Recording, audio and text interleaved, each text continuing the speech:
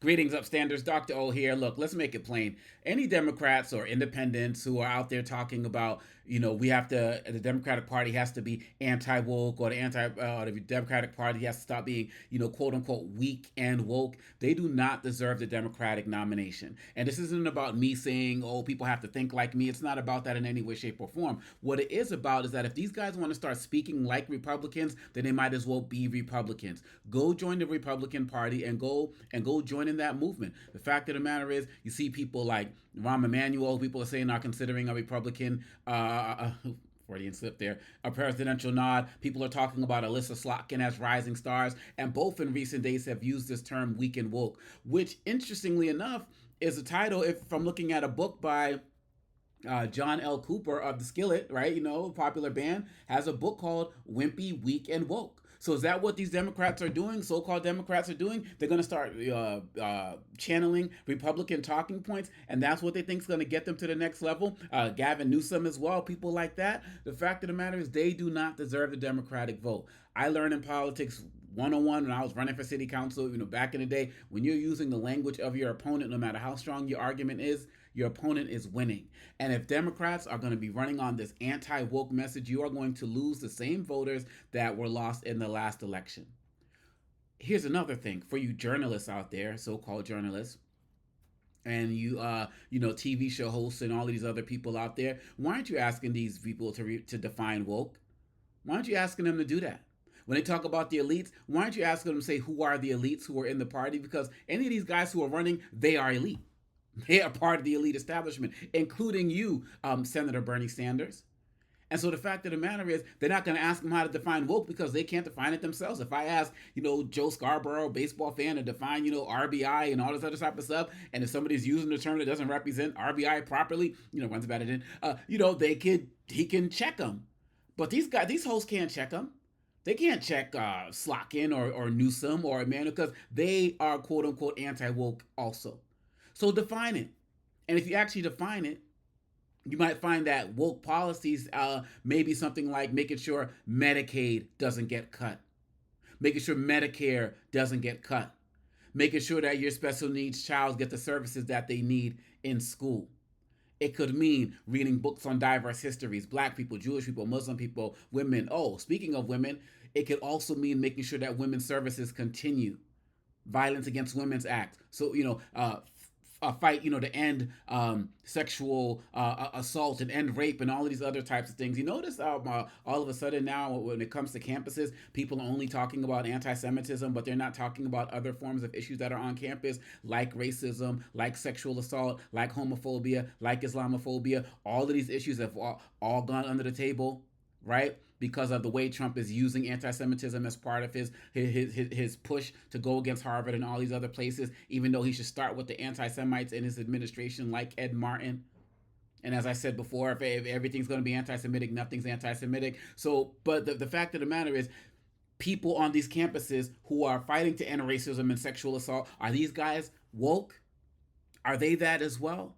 These guys are doing exactly what Republicans did, running on an undefined term, running on a term that is a trigger word, thinking it's going to catapult them to the White House. The fact of the matter is, when people talk about, oh, some people voted for Bernie, and if they weren't going to vote for Bernie, their second option was going to be Trump, or vice versa, one of those reasons is because Bernie doesn't want to talk about race and he doesn't want to be real about racism.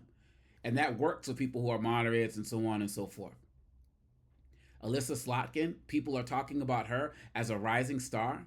This is a woman who is one of 5 senators, Democratic senators, who voted the most for Trump's nominations. Her and 4 other ones, including Fetterman, voted more for Trump's nominations than anybody else out there. Have you heard her say anything about regretting any of her votes? And one of her votes includes Kristi Noem. Now, I don't follow Slotkin like that, and if she's put out a statement saying I regret my vote and so on, then let's roll with it. But I haven't seen that. Dog shit. She knew about Kristi Noem shooting dogs beforehand. She knew about Kristi Noem being banned from reservations in South Dakota, in the state that she was the governor of. Well, what's that about? And yeah, Slotkin puts out in a post, presidents have the right to pick their people. That don't mean you got the right to vote for them. That don't mean you got to vote for them. And Rahm Emmanuel, he is so out of touch with where the base of the party wants to go. And that's a real problem. If the Democrats want to win anything in 2026 and 2028, they need to re-energize their base. I feel like Kamala Harris did a great job. We can definitely critique a lot, aspects of her campaign. Of course, no one runs a perfect campaign. I think one of her challenges, somebody said that, in the last few days of her election, particularly in Michigan, she spent more time doing events with Liz Cheney than hardcore Democrats on the base, and many people felt like she abandoned the base. And here's another thing: it's also factual that Harris lost a lot of votes. First of all, fighting for voting rights, that's also something that many people will consider woke. And so people can talk about the voter intimidation, the voter suppression that cost Kamala Harris over 3 million votes. But that's neither here nor there right now.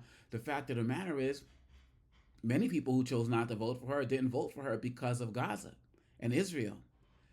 And the fact of the matter is, all of these guys who are saying things about we can't be weak and woke, the Slotkins, the Emmanuels, the I'm sure Fetterman's going to be putting it out there at some point.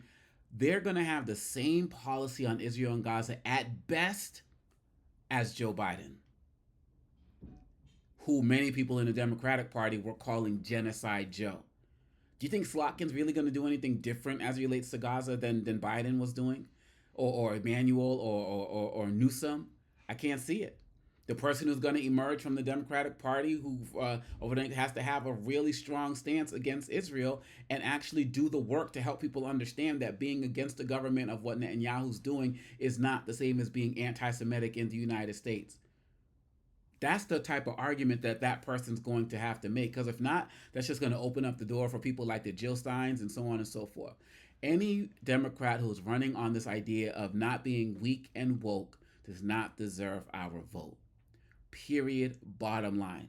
All of this trying to appeal to the middle and so on and so forth. Yeah, it may get you some independents, it may get you some moderates, but there's an active base. The Democratic Party has enough people within its base to put a Democrat over. And so this is a warning to them out there. And I'm hearing it enough by people I'm talking to and articles that I'm reading and online posts and so on and so forth. Particularly with black voters, black voters are ready to sit out another election. Well, a lot of black people did not vote, but many black people did, of course. But many are going to be like, yo, if you're going to be like Trump or Trump light, I'm just not voting for you. A lot of people who are part of the LG, I know, I don't have expertise on this, but I'm looking forward to your comments and let me know what you think. People who are part of the, the LGBTQ community, and they see people like Rahm Emmanuel say that it's more something to the effect of, in the Wall Street Journal saying something to the effect of, it's more important that kids know what a pronoun is as opposed to what their classmates wants to be called in terms of their pronouns, preferred pronouns. And my argument, it doesn't have to be either or. You can make sure kids know basic grammar, but also make sure that kids are respecting the gender identities of people. It doesn't have to be an either or. So is being pro-gay marriage, is that woke? Like, what is it? Is being pro-immigrant rights, is that woke? Some of these, guys, voted for the bills, that target people who are here illegally or undocumented, without thinking of the greater repercussions of the communities. That Slotkin was one of those as well. Rahm Emmanuel needs to understand that this is not 2008, 2012, or even 2016. He's out of touch as it relates to the base of the Democratic Party. And if these guys want to keep thinking that they're co-opting, we're going to co-opt Republican language, who co-opted our language in terms of our slang and things that we talk about, and think that's going to get them over the hump with Democrats, I just can't see it happening. I just can't. And so these guys, they're better off registering as Republicans and go and try to save their Republican Party. Democrats going to do what they're going to do.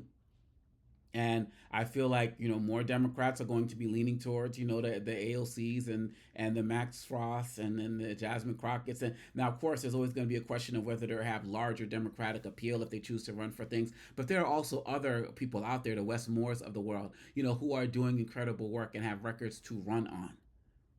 And again, if these guys also who I just mentioned, I can't see it happening in any way, shape, or form, are going to come out here with this anti-woke stuff, forget it. Just forget about it. Forget about getting anything from the Democratic Party, because some of us are already written off Gavin Newsom, and now people are just starting to write off Slotkin, who's, like I said, should be a star on Morning Joe and all these other type of shows. They call her a rising star, but she's not a rising star with the base. she's just not. She's brilliant. I mean, she does a lot of incredible things, but these people, they should learn from Kamala Harris's mistake of trying to appeal too much to Trump. But people say, well, yeah, but these other guys aren't black women, so they kind of got that going for them. That remains to be seen. But the fact of the matter is, if you're going to co-op, use Republican language, you might as well be Republican. And it's time for Democrats within the party to stand up, embrace everything that people are fighting against in terms of Trump's big ugly bill. All of the stuff they're fighting for is what can be considered woke, a term which I don't even like. And it's a term that many of us in the hood, well, we weren't even really using that much anymore until these guys came up and started attacking it and made anti-woke legislation and all this other type of stuff. But everything people are fighting for in terms of Trump's policies are things that are going to be considered woke. So when these guys are out there talking about weak and woke and quoting guys like Cooper and so on and so forth, tell them to define woke. What are you talking about? Which policy is woke? Break down the list. Make them say it. Make them be on the record. It was anti woke to vote for Christine. I mean, come on. And so look, we got little ways to go into the midterms. Got a little ways to go until now. What happens in people's districts? Slotkin's probably gonna crush it in whatever she's doing in Michigan. But if people want more Democratic involvement, particularly from these younger people who are coming up as well, and want to get disaffected Democrats out, y'all better stop talking like Republicans, because we're not trying to hear that. Let me know what y'all think. Am I wrong? I'm just trying to make sure that we stay awake on these issues. Let me know what you think in the comments. All right, peace.